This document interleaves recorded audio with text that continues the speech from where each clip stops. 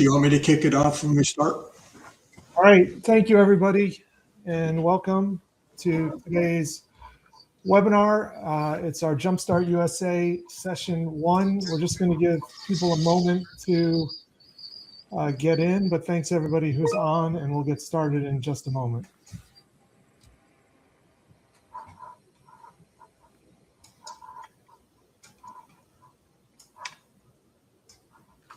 Just while we're waiting for people to get on, it's just a reminder, this is intended to be an interactive session.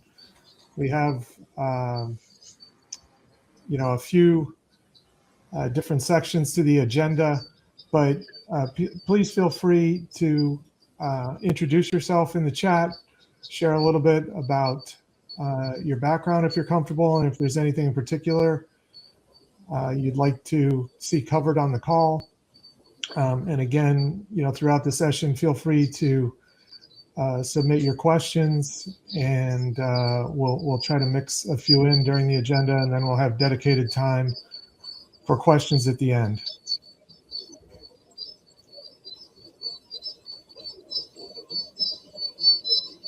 We got some background noise from somebody here.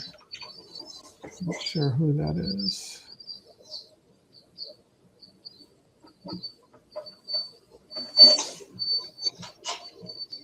All right, well, let's go ahead and get started, and we'll let people come on as time goes. So thanks, everyone, again, for joining today. Good morning from here on the U.S. East Coast. Very early good morning for a couple folks on the U.S. West Coast, and good evening from India, and good afternoon for those in Europe as well. My name is Josh Hollander. I'm the CEO of Horton International North America and co-founder of the InsurTech Association, along with my colleague Bob Sargent. I'll be your moderator today. Jumpstart USA is a joint program between the InsurTech Association and the India InsurTech Association. So thanks to those folks for their support in putting this together. And also thank you for the sponsorship from Metro Hartford Alliance and the CTIFS, also known as the Connecticut Insurance and Financial Services Group. As I mentioned, this session will run about 60 minutes. We'll have a market overview, a moderated panel, and then the Q&A at the end. And again, feel free to drop your questions into the chat anytime. The session is being recorded, and we will share materials afterward. So first, let me hand it over to Bob and Rahul Nawab from the Indian InsurTech Association to kind of set the stage and provide a little background on the organizations involved today. Bob? Sounds great. Josh, you want me to share slides or you can do it if you got it handy, or I can, either way. I do. Great. See that? We're good? Yeah, we're good. Thank you, Josh, and thanks everyone for joining us. I'm Bob Sargent, founder of eSpecialty Insurance in the U.S. So to start a little background on ITA, ITA is a nonprofit association. We're focused on innovation in insurance, and we're open to anyone focusing on supporting InsurTech innovators. So we provide a range of benefits, including networking, both in person and virtually, not only connecting with other insurance innovators, also connecting with capacity providers, vendors, investors, and industry leaders. We also have educational opportunities of various types, such as this webinar, and a number of initiatives, including things like the regulation of AI in insurance in the US. We have a wide range of members. ITA is particularly valuable for founders of InsurTech companies at any stage, but we're open to anyone with an interest in InsurTech, including traditional participants in the industry, such as brokers and insurance companies. We also have members that are vendors, consultants, community groups, press, including experts. Sponsorship has been critical to our progress. These are our current sponsors, including our founding sponsors. We definitely want to thank our sponsors for directly supporting a range of activities, and this group has made the startup of the association possible. And we're always looking for additional sponsors. There are a range of benefits to being a sponsor beyond just supporting the InsurTech community, including visibility, access, and hosting opportunities. We would appreciate your consideration of sponsorship.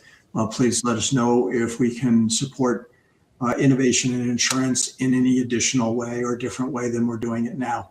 For those of you who have not joined yet, we hope at the appropriate time you might join. And thank you for those who are already a member.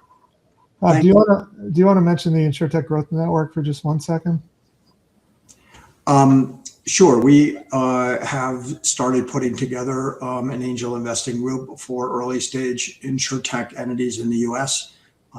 That's getting going. We have about 20 members at the moment, and we are open to providing access to investors of various types for those raising capital in the U.S.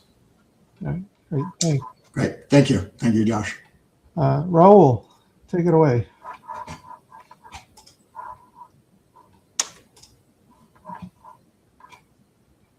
I think you're still muted there. Blue button on the bottom. Oop. There we go. Can you guys? Yes. Yep. All right, great. Hey, thanks, Josh and Bob. So we are really excited about this partnership that we have from an IA perspective with ITA. The India InsurTech Association is a not-for-profit organization in India, which brings together the Indian InsurTech startups with insurance companies, technology partners, players, service providers, and insurance professionals to help grow the ecosystem. I'll just go through a couple of pages here. So our mission is to facilitate partnerships between startups and the broader insurance industry, be an independent voice in the InsurTech ecosystem, help the InsurTech companies in India access the global markets. That's what we are here for. Publish and promote thought leadership. We have a lot of sort of thought leadership pieces getting published. We do a white paper with BCG on just the whole InsurTech ecosystem in India. We have thought leadership coming out on a weekly basis. And we want to connect InsurTech startups with insurance industry experts, not just within India, but across the world, right? So that's, again, this whole mission aligns really well with it, with what we're trying to say. And promote initiatives which use technology, in an creative way. Two more pages I want to go through. A lot of members, 230 plus members. A lot of activities to boost penetration. There is a BCG annual report that you can bring down. A lot of different working groups. There are a couple of ecosystem partners from an India perspective. When you think about insurance, there's a lot of things around actuaries, Insurance Academy, BIMTech, and now Gift City as well, right? So a lot of partners. We do a lot of thought leadership, like I said. There are a lot of virtual events, and happy to participate in any of these. There is an annual event that we just finished as well. And lastly, I want to talk about the international partners. ITA should be a part of this, but we have about 10 different international partners that we work with, that we have aligned with on all the actions that I talked about earlier.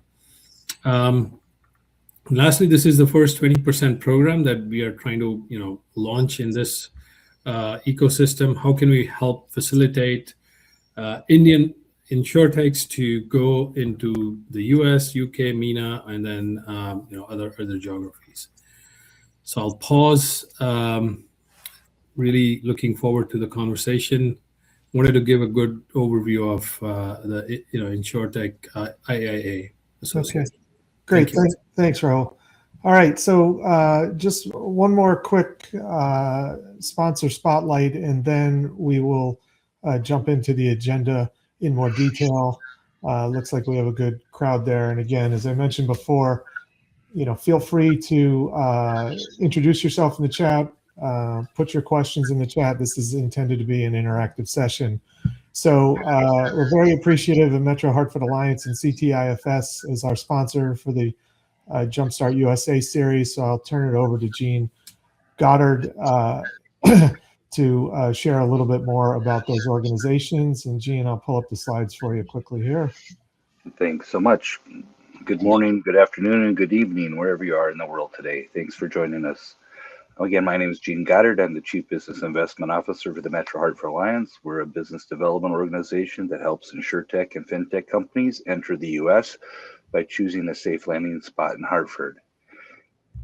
As you're looking at the U.S., your possibilities are endless, but we believe that there's only one starting point, and that's here in Hartford. We have the ecosystem that you need to be successful as far as entire business community focused on insurance. We've been doing this for over 250 years.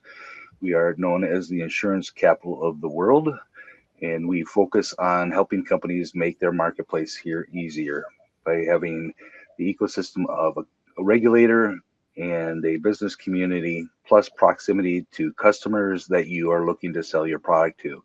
Connecticut, if you don't know where we're on the northeast corner of the United States, with Boston to the north and New York to the south. Between that 4-hour corridor is about 40% of the US's insurance industry is headquartered there. So the people that you need to talk to are within a short 2-hour drive of Hartford or in the city of Hartford itself. Next slide, please. One of the things that we've done to help US companies and UK companies expand and grow quickly is by creating an InsurTech corridor with the British government. So far, over 12 companies from the UK have announced that they're going to put their US headquarters in the Hartford region to help make that more successful. This project also supports other companies like yours in India. We help you by meeting the market, by introductions through there, research, incentives, labor force data, helping you get connected to our legal and accounting community, those people that really understand the insurance industry that help you be more successful. Next slide. So please feel free to reach out to myself and Susan Winkler on my team that oversees our insurance financial services efforts, and look forward to meeting with you in person, either in New York or Las Vegas or somewhere else. Great. Thanks a lot, Gene. And again, we appreciate your support, not only on this program, but for some of the other events and things where you've been very supportive. And I happen to be based in the community. It's a great ecosystem here. And the team at Metro Hartford Alliance and CTFS is very supportive. Bob, can I flip it back over to you just to give a little bit of overview of how this is a program, and this is the first session of several for the Jumpstart USA program? Sure. Thank you, Josh. So as I mentioned in the introduction, we have a number of initiatives. For example, we have initiative and a partnership on the regulation of AI in the insurance industry in the U.S. Jumpstart USA is another initiative. We are starting to bring participants from around the globe who are interested in the U.S. market more access and resources in being successful in entering the U.S. market. All right, great. So one of the things I'll just add in there is that, again, in a 60-minute webinar, there's only so much content we can fit in today. So if there are topics that folks would like to see covered, I see someone mention like the health insurance ecosystem and health tech, please let us know, and we can develop content around that in the future as we go forward. So I'm going to segue into a quick market overview. We are fortunate to have Brian Rafisi. He is a vice president at Marsh Berry, which is one of the leading advisory firms in the insurance distribution space, doing a lot of M&A transaction work and also providing other services to the insurance industry. So Brian, I know Marsh Berry's got tons of great data, and usually you've got lots of slides, slicing and dicing the market. But, in the interest of time today, I think, we all know the U.S. is over $1 trillion market. And so just to kind of get back beyond that, maybe you could just start by giving us, your view of the current state picture. Where's capital flowing? What's happening in M&A? And, for purposes of this discussion, where are maybe some international entrants gaining traction? Yeah, for sure. Thank you. Can you all hear me? Yep, we're good. Well, good morning, good afternoon, good evening. Very excited not just to be here on behalf of Marshberry, but with this amazing panel of esteemed colleagues. Yeah, you're absolutely correct. When we think about insurance, and maybe one of the places to start on a broader market overview relative to, it sounds like people that are not domiciled here in the United States, is the insurance marketplace in the United States is complex in that there's three main categories, which I think is much different than, let's say, India, where you probably have a life category and a general category. Here in the States, we think about it as health insurance, life insurance, and property casualty insurance. You're absolutely right, Josh. You mentioned $1 trillion market. When we think about that, that's on the property and casualty side. If you look at the total health market, we're probably about 1.5 trillion in addition to the $1 trillion of P&C. And then we have another $1 trillion life market. So I think one of the things to talk about as we think about coming into the United States is just having a clear understanding across which one of those very different insurance marketplaces you should think about. That's part one. I think part two, relative to your question about capital inflows, specifically here in the United States and specifically around the distribution of property and casualty insurance, it's actually the number one asset class that's being rolled up from private equity investment today. So very interesting, just thinking about where investment's coming through on the distribution side of property and casualty. And again, I can go talk about this for hours, but an important part about that I'll just loop back to is when you think about InsurTech spending, technology spending specifically in the insurance value chain, there's over $440 billion of just P&C spend and another $4 billion across InsurTech. And what's interesting about that $4 billion of InsurTech spending last year or investment last year in the US, a bulk of that actually went into the distribution channel. So there's a lot of investment. There's a lot of investment in technology across all three of those segments and specifically in distribution.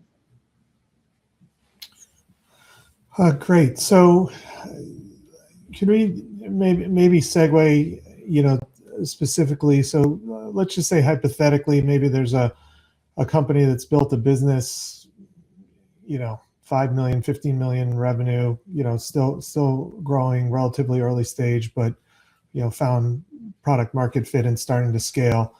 And maybe they want to start building in the US and raise some capital to do that and tap into the US capital market. Could you talk about maybe what US investors are looking for now, and has it changed at all over the last few years since maybe the peak of the InsurTech fundraising period? Yeah, absolutely. Great question. I think it's interesting in that you look at InsurTech spending almost relative to what we're seeing across the broader market of technology, and that is there was a wave where growth definitely outpaced profitability, and there was a lot of initial startups in what I'd call kind of the class of 2017, 2018, or the InsurTech 1.0s that had a lot of promise and arguably didn't deliver on those investment thesis. And I think that byproduct of that was a lot of write-downs relative to investors and their expectations. But the flip side of that is the kind of next wave, the InsurTech 2.0s that really were able to achieve that funding and call it 2020, 2021. It's really interesting. And the ones that have actually survived that have built something that's really meaningful and were early adopters. It's interesting. I don't know if anybody saw it yesterday, or earlier last week, but the great insurance tech consolidation wave has arrived was actually an article published on Forbes. So really interesting article that was published last week, largely because it aligned with our view here at Marshberry about where that is. And in all cases, our view and with this article that Forbes published, I believe doubles down on is it's always a build, buy, or partner type of conversation relative to the investment decision makers who are saying, hey, is there something already out there that's going to improve my profitability, bring me scale, bring me vertical integration across the marketplace? So that's not different. I'd say the one thing that probably is a little bit different as we think about 25 coming into 26 now, is almost that focus on profitability. Again, just building something for the sake of building it was probably earlier that trend in 2020 and 2021, but building it with a means to an end, and that end ultimately being increased profitability, lower expense ratio, lower loss ratio on the insurance side, is really, I think, top of mind for investors as well. So thanks for that. That's very helpful. So the build, buy, and partner conversation is interesting. There was a period, I think, a few years back where some large incumbents did some mega deals where maybe it was almost as much about making a PR statement about we're innovative and looking ahead as anything else. There's still some larger transactions out there, but it does seem like there's another flavor, which is almost sort of like an acqui-hire, where maybe companies are looking to buy the talent as much as they're looking to buy the technology and do tuck-in deals versus mega deals. Is that a sign sort of that it's more about the technology and the people and trying to find a way to mitigate the risk of full acquisitions? Does that have any implications for an international company's eventual exit strategy? Any thoughts on that? Yeah, and I don't actually want to steal the thunder of the panelists coming after me, where I think we're going to get even deeper into why it makes sense to pair technology and culture with something that's actually meaningful and working. And I know we're actually going to talk a lot about that, I think, on the upcoming panel, because some interesting perspectives, I think, of people that have actually lived that journey. But yes, the answer, not just on the technology side, but if you're following just insurance generally, what we're seeing on the talent kind of shortage sides is massive amounts of people coming in and taking teams from other people. And without going into detail about all the news, you can just start to Google what we're seeing across the board, and that's translating onto the technology side as well. Even within technology, I'd say hires relative to the ability to take a team, again, take something that's actually working and plug it into your culture and your current systems. Okay. Just one last quick one, and I just want to stay on schedule. And anything in particular where you're seeing trends around where international companies are winning, any particular verticals, lines of business, where maybe there are some competitive advantages? Not just for the sake of them being an international company. No, again, I think what we're seeing by and large are the companies that are successful in both raising funds with a solid business plan, then executing on the business plan, and then ultimately transacting at the exit multiple comes down to, good planning, good execution. And that's not necessarily international versus national, but again, just solid investment thesis relative to find the problem, make sure that you have competitive advantages around what you're building, and then actually executing on the plan. All right, great. Well, thanks, Brian. I'm just looking through the questions here quickly, if there's anything we could hit quickly. I just want to say thanks, everyone, for the questions and the comments in the chat, and introducing yourself is very helpful. For some of the newer people who've joined, feel free to do that as well. I don't see anything specific at the moment, so I'm going to keep it moving here into the panel that Brian referenced. And Brian, thanks again so much for participating and sharing that information.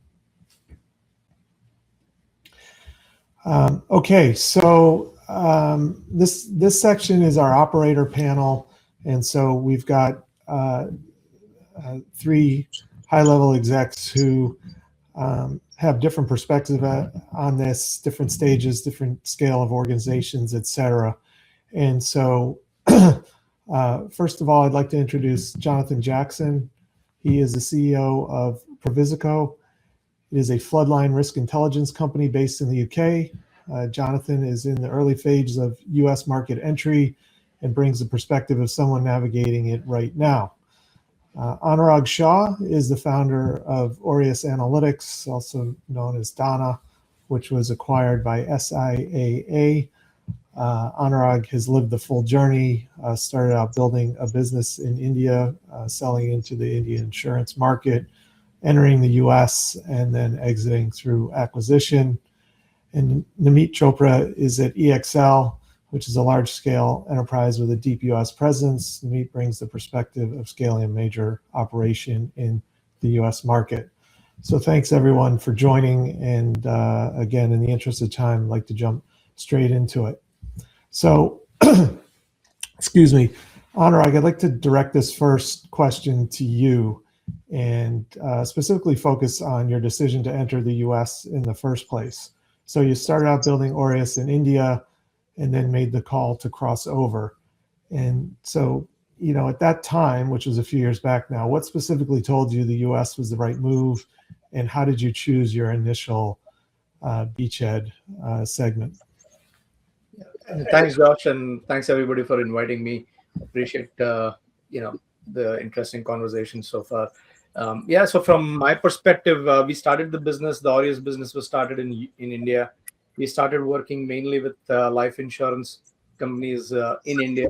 That was our starting point. Running a data analytics platform, expanded that a little bit into PNC, and eventually India is a pretty interesting market, as many people here would know. Like, it is a large market from a population standpoint, but from a number of carriers and number of insurance companies perspective, is still smaller. And as we wanted to expand, we had kind of started to reach a point where we had almost 60-70% of all the companies being our customers in India already. So we had to look at other places to expand. We explored a few other markets. Eventually, just the scale of the US market opportunity versus investment. I mean, we did explore Europe and some of those, and we did explore some of the Far East. But eventually, just from a scale of operations and, you know, return on the time invested, US made the most sense, and we participated in a couple of accelerators, one of them being in Hartford. But that basically was our journey, just to test out what makes sense. And I'll pause here for now. Okay. And so I'm going to pivot over to Jonathan, because, you know, that was what, 2018 for you, Anurag, I think? Yes. So Jonathan, you're kind of in the early days with Provisico, and, you know, could you share a little bit about what your U.S. entry thesis looks like? Has anything surprised you about how different the go-to-market motion is here, either in terms of how people buy or how you need to price versus markets you've been in already? Sure. Thanks, Stephen, for inviting me along as well. And great to have the opportunity to share a little bit of Provisico's story with everybody. So our sort of thesis coming into the US was to really test out whether what works in the UK would work in the US as well. But there was a sort of a pretty significant caveat to it, which is that we knew that the US, when it comes to flood insurance, is a very different market. So the UK flood insurance market effectively means everybody in the UK is insured for flood, and the insurer has to specifically tell you if you're not. In the US, most people don't realize they're not insured for flood, and so it's a very different world. So we kind of knew that, and our approach was to sort of look at it from the perspective of, we were working with some pretty significant insurers here in the UK, people like Zurich and Liberty, and therefore thinking, okay, well, let's see if we can actually make things work in the US as well, going down that route. We've also been very focused around the large commercial market. Our services adds the greatest value in that market, because effectively, as you mentioned in the intro there, Joshua, we're providing flood warnings. So if you've got 1,000 assets which are geographically spread out in a region, you are going to have flood risk. There's no doubt about it, which is very different if you just got 3 or 4 manufacturing sites. Very different situation. So for us, we were looking at specific sort of market segments where we've had success here in the UK to test that out. And the other thing that was kind of interesting for us as well is we actually did have an insurer who specifically asked us to come into the US. And actually that was quite key to us. We felt that if, when you've got a customer asking you to do that, always sort of gives you more incentive to do so. So those are the sort of real drivers for us. And kind of been testing that thesis out, as you said. Just a quick follow-up question. Was that customer that asked you to enter the market the main partner to help you kind of think through the differences, or did you rely on other resources to really try? No, it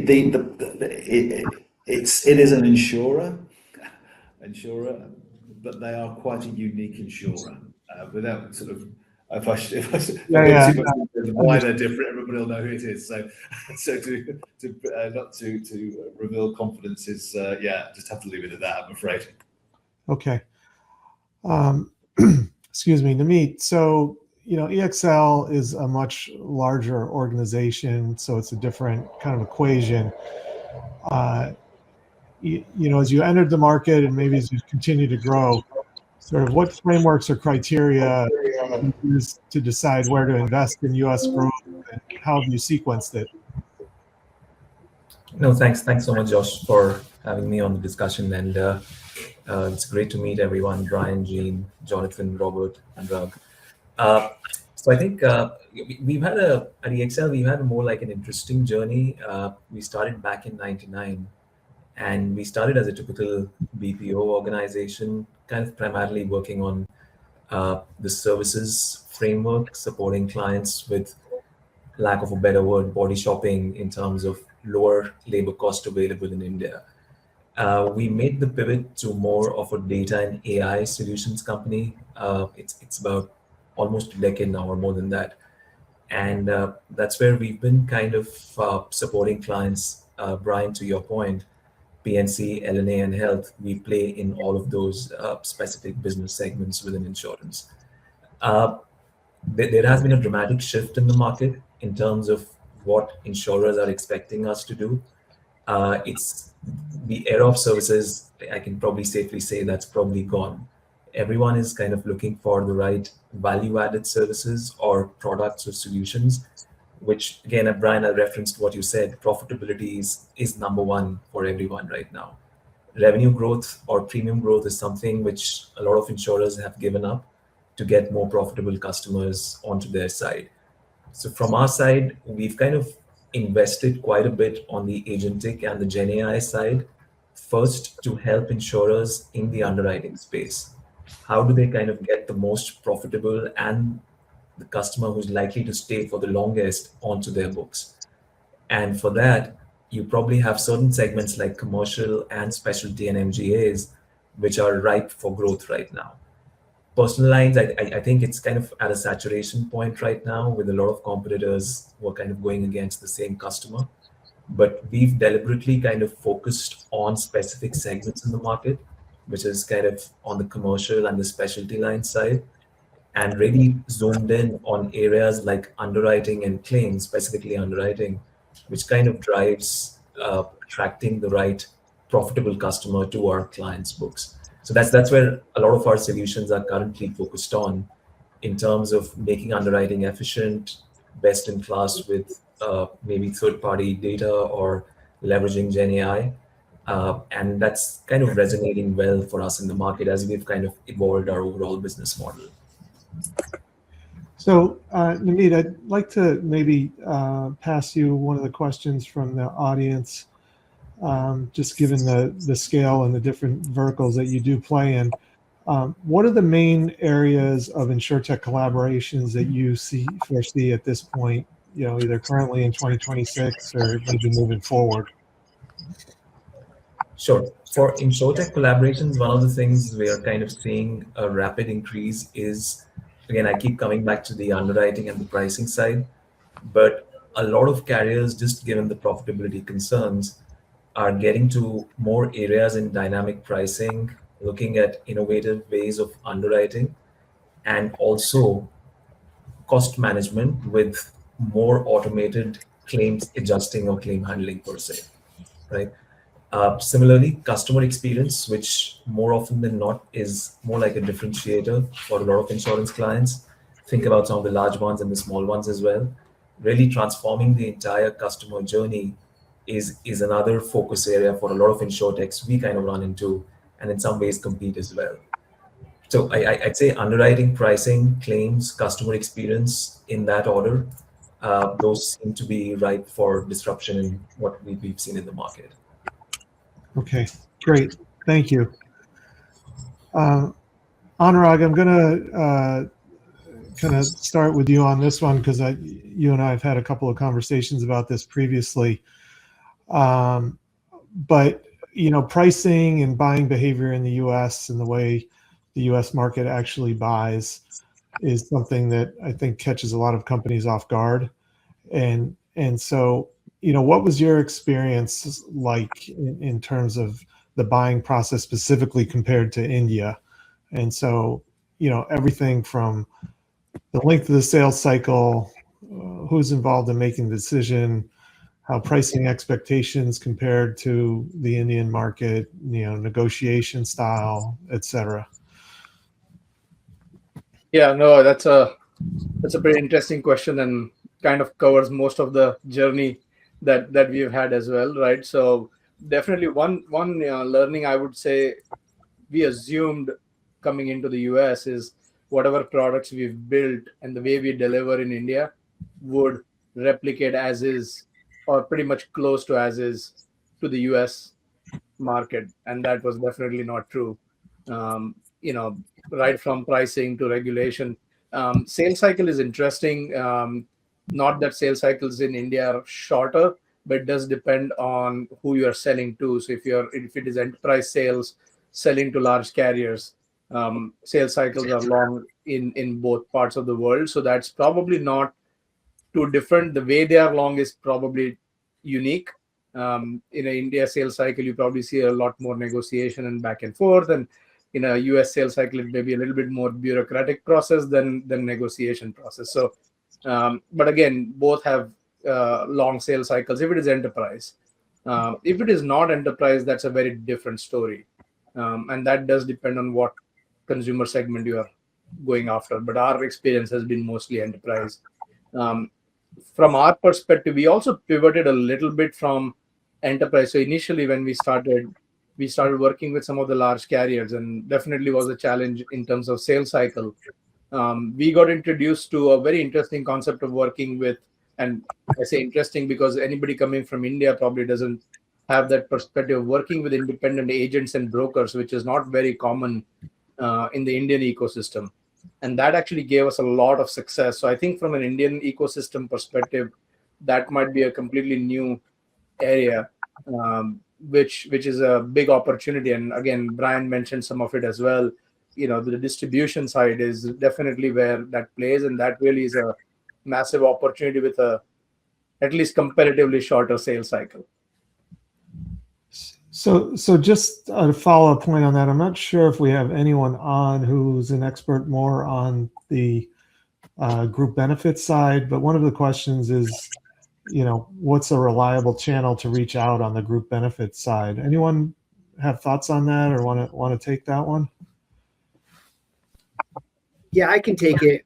Because group benefits is interesting. And when you think about insurance in the US, and for those of you who might already know this, it might be repetitive, but we have 50 different state regulators in the US. So we actually have 50 different kind of climates relative to how insurance is written. And in the employee benefits side, it actually is considered more of a P&C and group life and benefits chassis than it is on the healthcare side, which makes it even more kind of dynamic compared to the individual insurance side. So like the entire conversation around group and group benefits is pretty complex. And then to put the overlay on that, and it varies by 50 different state regulators. So there's probably a lot to unpack there, but it is an interesting segment for sure. And it's here. What was the specific question? I can't see the questions. So. Oh, sorry. So it's a company that does have a few partners here, but wants to, scale to a large number of, voluntary group benefits brokers or agencies. And so, what's the fastest way to go from 5 to 100 relationships, to scale that up? Yeah, again, great question. I think, the other interesting part about the group benefit side is they're not always just individual group benefits on the distribution channel agency. So there's a lot of times the group benefits is also combined with the P&C agency. So we are seeing some tech investment in employee benefits, though. I think there's a lot of people trying to solve the U.S. healthcare problem. And one of the other components of group benefits, by definition, it's a group chassis, which has to do with the filing at the regulatory environment, which is different than an individual life or health product. I'm sorry. So yeah, it gets complex, but to scale, it's not an easy. I'm going to point to these top 500 brokers because they all only sell employee benefits. And I probably should have clarified, Brian. It's a solution for helping speed the enrollment process. Is that in this case is being marketed. So trying look, to we can definitely take it offline. I'm available on LinkedIn as well, and happy to reach out and have even a more detailed conversation on it. Great, fantastic. So, Jonathan, I think you're enterprise focused as well, and so any further comments relative to what Anurag said? Sort of enterprise is enterprise, or have you found it any different here in the U.S. versus your prior experience? So yeah, I mean, it's actually pretty similar for us when it comes to enterprises and flood. I guess the thing that we've really sort of started to talk to now is to help organizations understand flood risk better. So whether you're UK, US, there's typically a bit of an education gap with a lot of large organizations. The exception tends to be utilities. They are pretty good, and also big transportation hubs. So, for instance, we work with the company called Network Rail, who runs the UK's now rail infrastructure. They really get flood and understand the risk. And then similarly, we're also talking with the MTA. Again, they really understand it. So you do have these pockets of people who really get the risk, but for the most part, I'd say there's a real education gap when it comes to flood. Insurance has done a great job in helping organizations understand fire risk. And really, they need to do the same with flood. I mean, it's quite interesting to see how under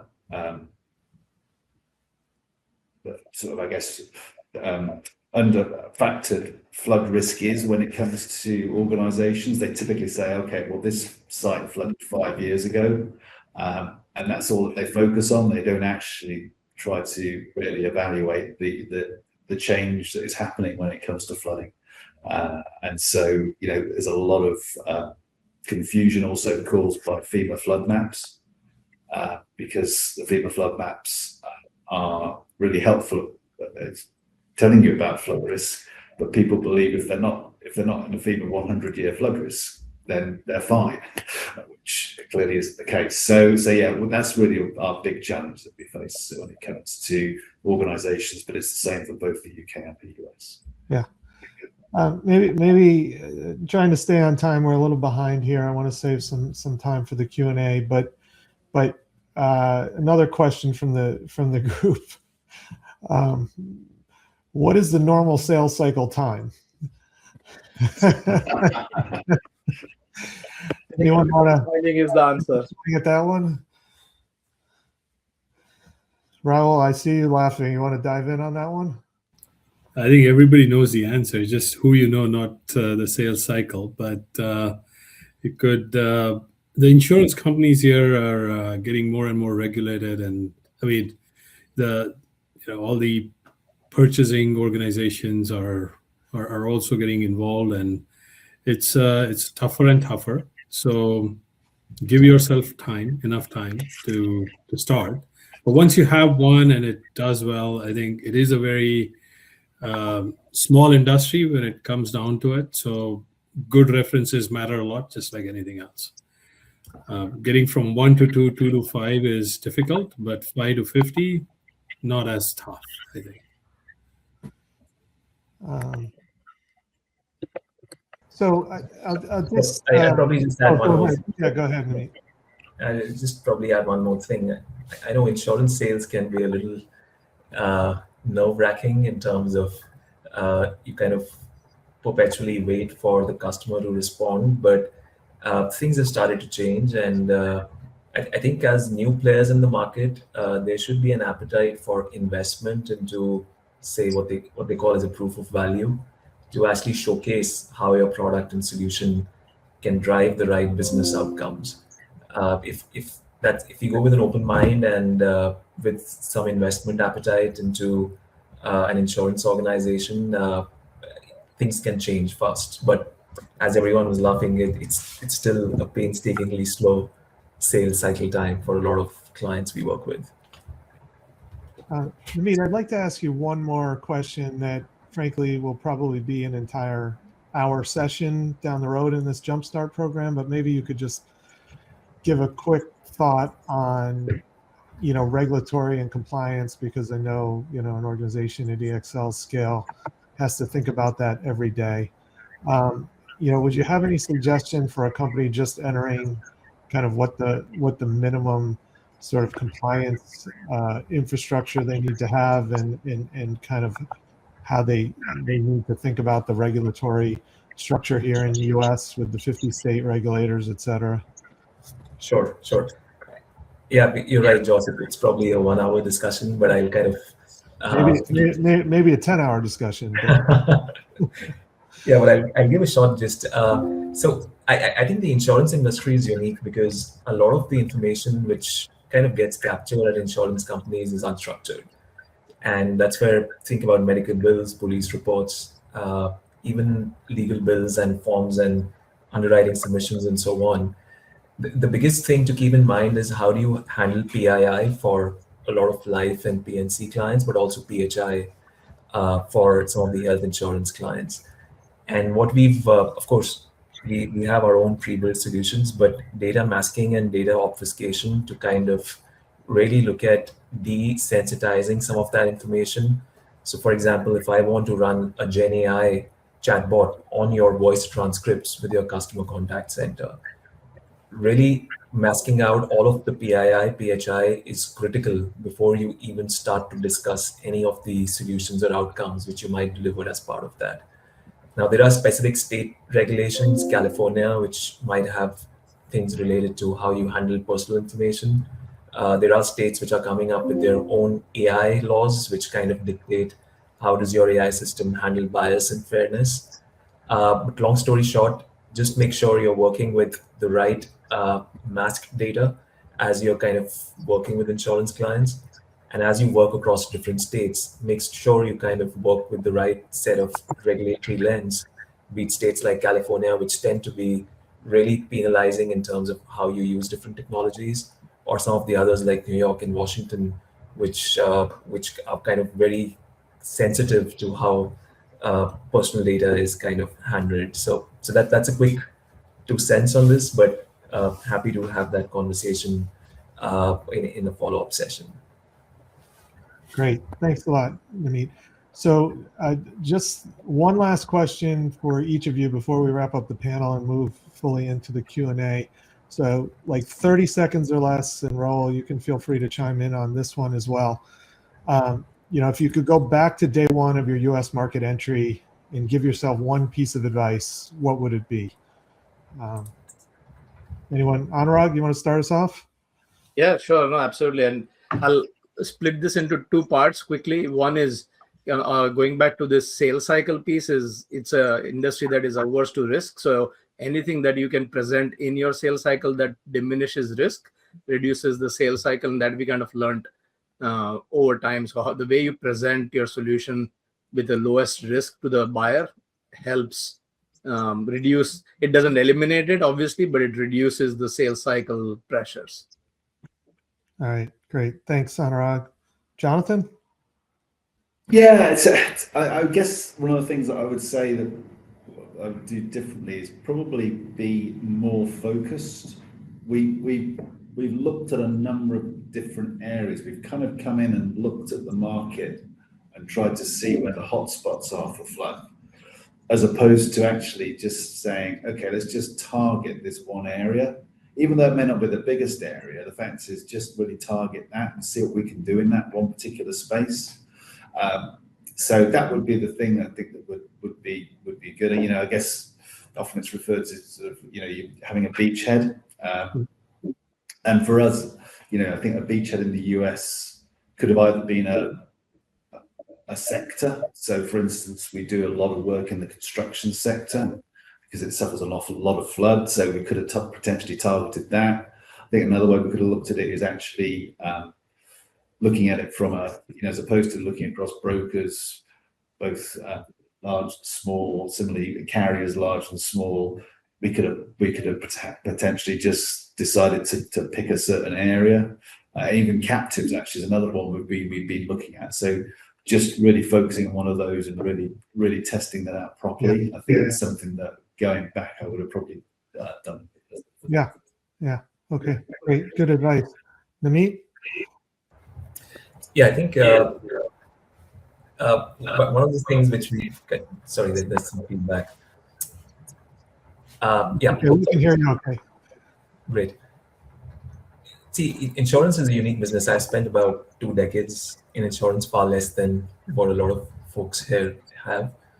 But as you kind of approach new clients, it's really important to understand first the domain instead, in terms of how the product works. How does claims work, for example?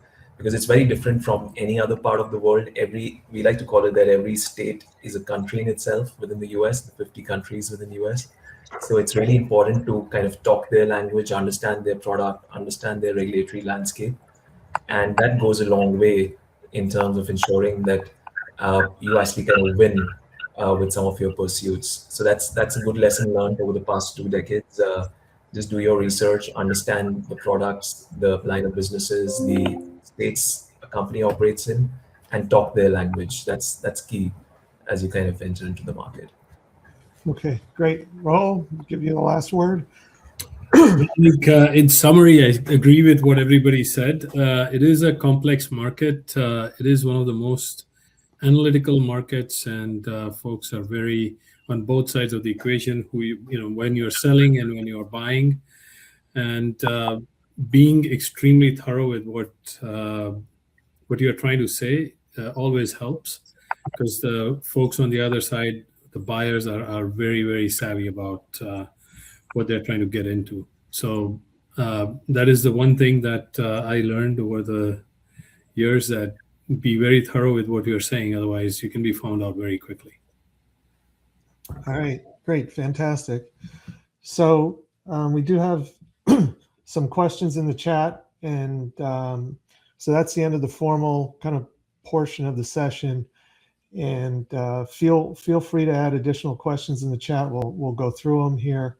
I will just say, again, we intend to have multiple sessions digging into some of the topics we've talked about today in more detail, as well as others. So we'll be running sessions every couple of months going forward. If there are any topics you'd like us to see cover in those sessions, or separately in office hours or other things like that, in between, or just publish content on, please let us know, and we'll work to incorporate those into the Jumpstart program. Excuse me. Let me just scan through. Bob, if you saw any questions you thought were interesting in there, feel free to dive in as well. Let's see here. Well, going back to the health insurance, one of the questions is, any particular areas in health insurance tech at the enterprise level that anyone sees gaining traction? Anyone want to take that one? Any thoughts? No? I mean, I'll jump in there only to say health insurance in the U.S. is really complicated because it's a private marketplace, but there's a huge influence of the federal government with Medicare and Medicaid dictating prices. So, look, the U.S. has a lot of problems relative to how to deliver affordable health insurance at the individual level, and then technology definitely is slow adoption rates compared to other industries. So it's definitely not my area of expertise specifically, but there's a big $1 trillion marketplace out there that needs some dire help. Yeah, and I think from what we've seen as part of the organization, fraud is one of the biggest areas which kind of comes up in any health insurance claims conversation per se. So fraud, waste, and abuse, that seems almost like a no-brainer for a lot of companies trying to enter the space. Yeah, I think in some solutions around behavioral health and trying to change outcomes for members in who are old for employers, and then try to by improving health and outcomes and reduce costs for employers. And I think there's some technology elements to that in terms of the monitoring data, education, and how that gets communicated out to employees as well. Okay, let's see what else we have. Well, we've kind of covered this a little bit, but maybe if anyone has any thoughts, any common mistakes you've seen or would particularly try to avoid entering the U.S. market?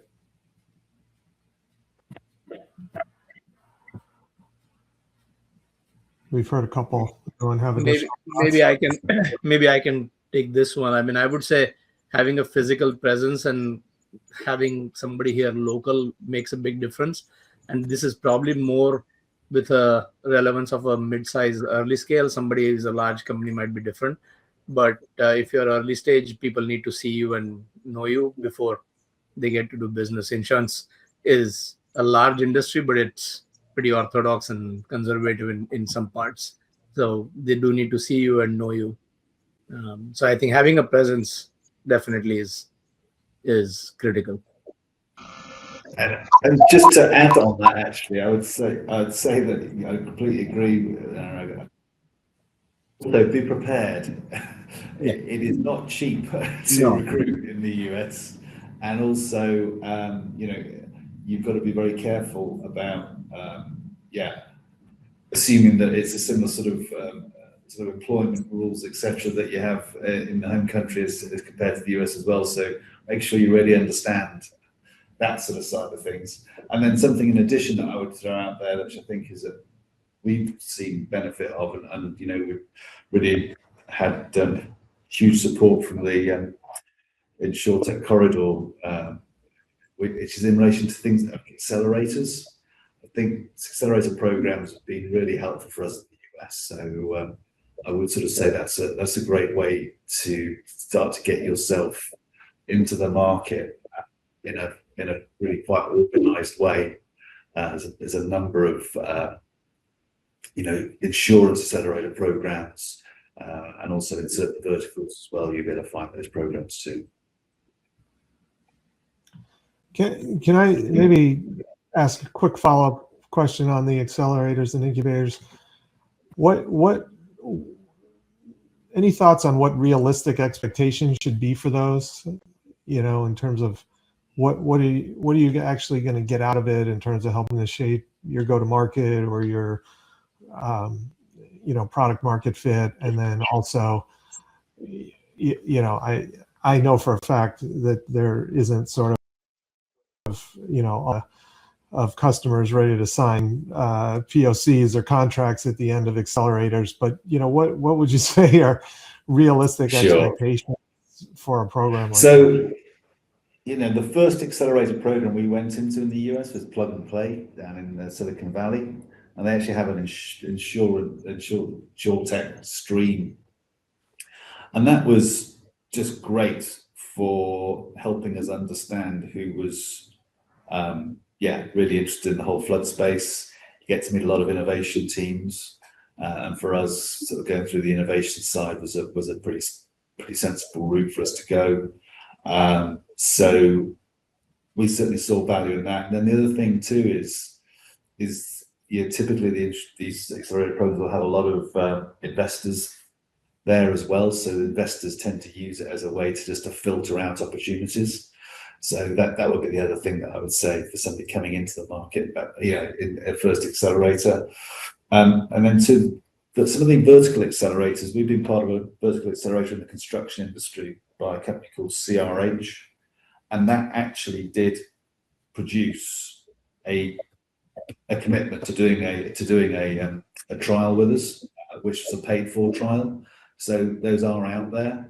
We've just recently been in, or still actually are in a thing called the Transit Tech Lab, where we are doing going to a year-long trial with the Port Authority of New York and New Jersey and the MTA. So I'd say that you can get some really tangible business outcomes from these.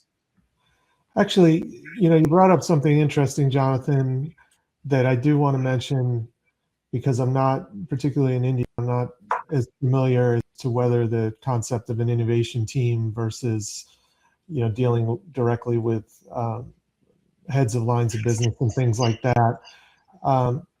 Anyone have any thoughts on kind of the evolution of innovation teams, and is that still a good entry point, or how would you approach them? Because I know some of them, you have had sandboxes, but they haven't necessarily always been fully connected to the problems for the people running P&Ls within the organizations, and sometimes there's been a little bit of a disconnect there. Anyone have thoughts on that for those who are thinking about entering the U.S. market?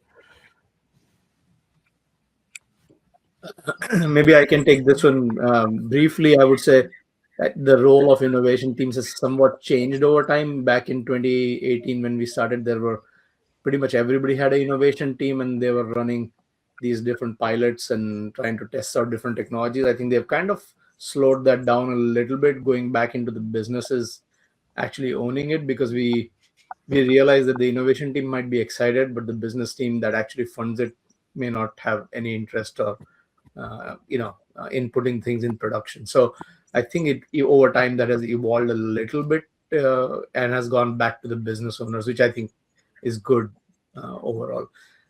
So that makes sense. And every accelerator, we've been part of Plug and Play and the one in Hartford as well. So I think every accelerator will have a different flavor of who they give you introductions to, but really understanding the market and getting introductions is the best outcome from these accelerators. I got another question from the audience here. And by the way, it is a little past 8:30, so I want to thank all of our panelists, our sponsors, our partner in IAA, Raul, for participating. For those who have to run, feel free to drop off. I can stay on, and anyone else who can stay on to answer questions for a few more minutes, that'd be great. But one question here is from an InsurTech focused on, it looks like commercial P&C, and working on solving efficiency and accuracy around data ingestion and risk assessment. Anyone open to commenting on kind of what the market is like for these type of process automations in the US, and where might someone focused on commercial P&C start? Any thoughts, Amit? Yeah, sure. So I think as you're kind of looking at some of the commercial lines, workers' comp, general liability, commercial auto, a lot of the underwriting processes or workflows, as we call it, think underwriting right from submission to quote to bind to issuance. There are a lot of manual handoffs across different parts of the process. And that's where these are kind of ripe for automation in some shape or form. So a lot of times, for example, rating a particular policy according to your rate plan, traditionally done manually, but a lot of insurers are now automating that process end to end. One of the things we are doing for a client is kind of also reimagining the entire underwriting workflow, right from submission. How do you digitally extract information, then automatically pass it to a predicted model to say whether it aligns with your underwriting appetite. And then a slew of agents kind of come in, which kind of do work related to rating, endorsements, coverage, verification. and then finally pass it on to issuance or bind if you decide to kind of go ahead and bind that policy. So the first step in any such process or a workflow is doing some sort of process mapping or process intelligence exercise to capture the current state, understand your different touch points or handoffs, and identifying opportunities for automation and AI. So what we usually do is a diagnostic to kind of understand the current state of the workflow, identify opportunities for automation and AI, and then plug and play our accelerators on top of that. So really, it's about understanding what workflow you're solving for, underwriting claims. It could be any other operation within the organization, say billing and collection, mapping out the current state, looking at the existing data to get insights into the process, and then kind of putting in your accelerators or solutions which might be out there. I think for the commercial lines, I would say all of the lines of business are kind of ripe for disruption because a lot of times insurers are still stuck in their legacy platforms, multiple underwriting systems, multiple handoffs, as I said. So yeah, that's a quick answer to that particular question, Josh, if that helps. Yeah, great. Anyone else have any other comments? I think I've gotten to the questions. Just double checking. Well, maybe this is one I missed. What opportunities exist in the U.S. on the corporate insurance side for a new age insurance broker? Not exactly sure what that means, but any thoughts? Raul, have any thoughts? Brian, you have any thoughts?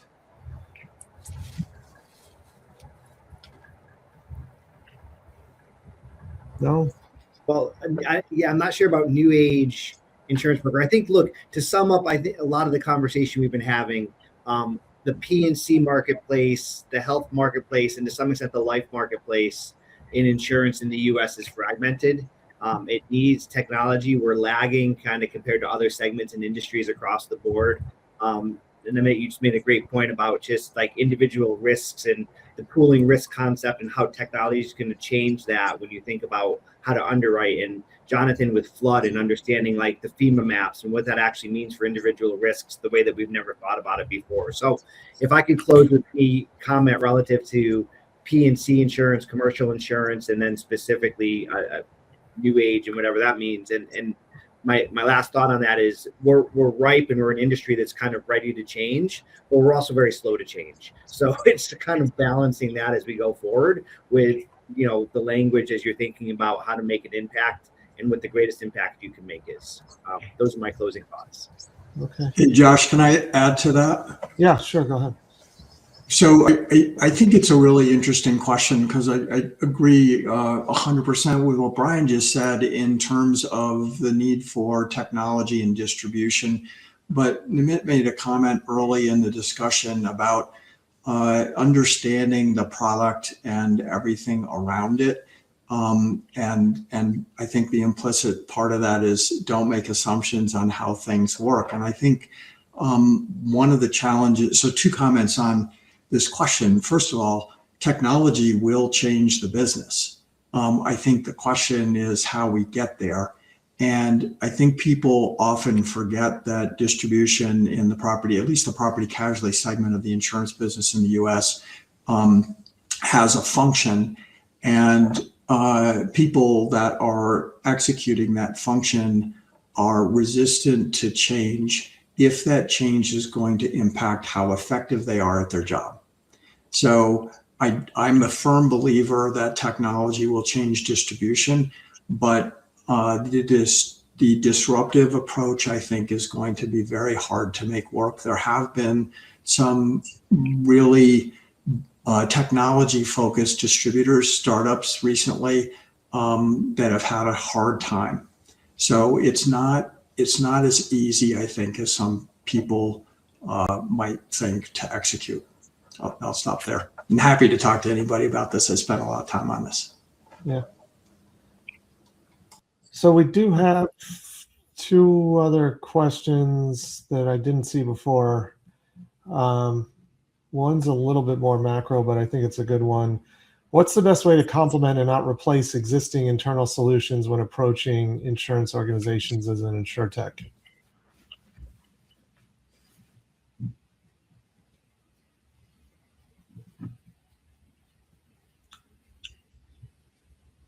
Anyone?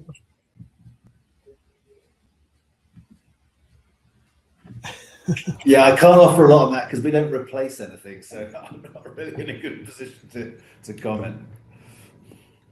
Yeah, maybe I'll try it. And we talked about it, and Mitt, I think you mentioned it too. One of the other, I won't say mistakes, but understanding the U.S. insurance market, and especially on the P&C side, it's a $1 trillion marketplace. But when you really start to boil that down, there are lots and lots of individual classes of risk. So to say, like, how do we replace something that's already there? Figuring out a better way to mitigate risk. And look, at the end of the day, and Jonathan, I'd love your thoughts on this relative to flood.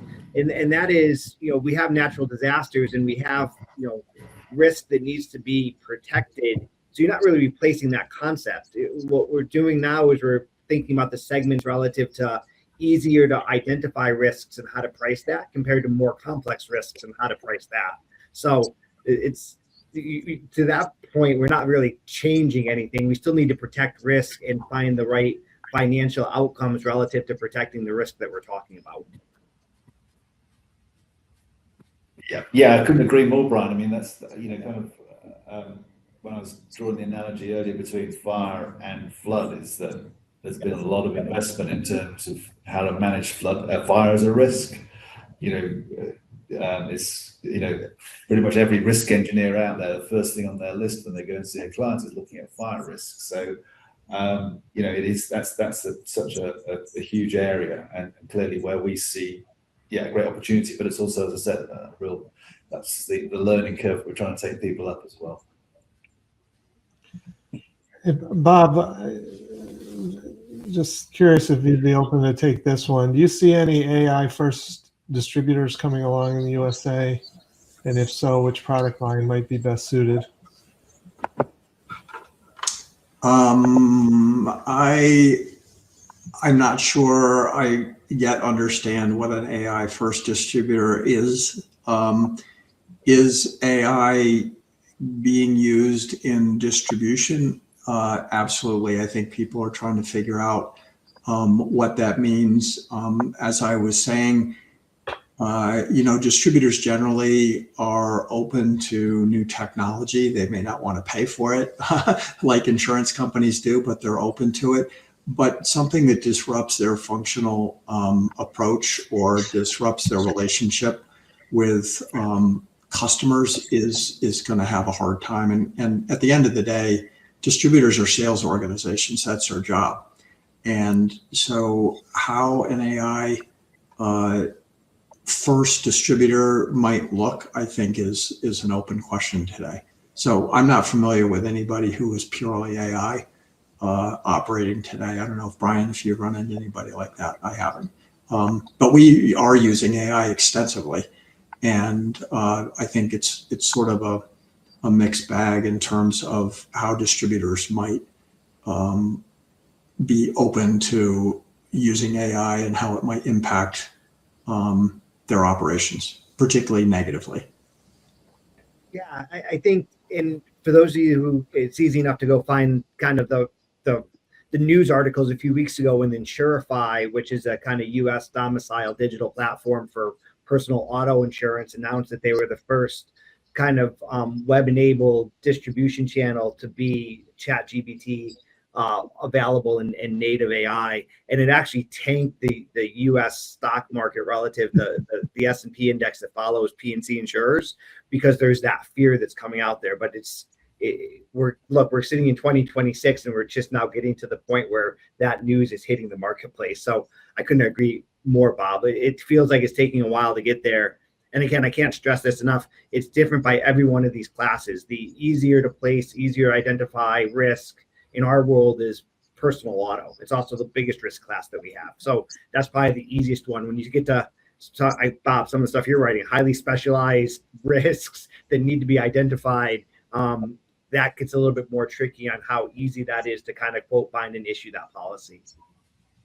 Yeah, I mean, I think what it gets down to is that at the end of the day, here's an example. When I was saying that, is AI helpful or disruptive to that particular sales organization? The sales organization is responsible for getting it right. So a 90% correct answer does not cut it. And right now, one thing I didn't say is the AI we're using, we always have a human in the loop 100% of the time, because it just doesn't get it right 100% of the time. And so I think, we will get there. I don't know if we're going to get there with AI in 6 months or 6 years. It's moving so fast, we'll get there. The trick is for everybody in distribution, how you figure out something that impacts positively profitability and does the right job for the customer and the sales team. So we do have a couple more questions, but we've run about 15 minutes over, and I'm sensitive to everyone's time. So I want to thank, our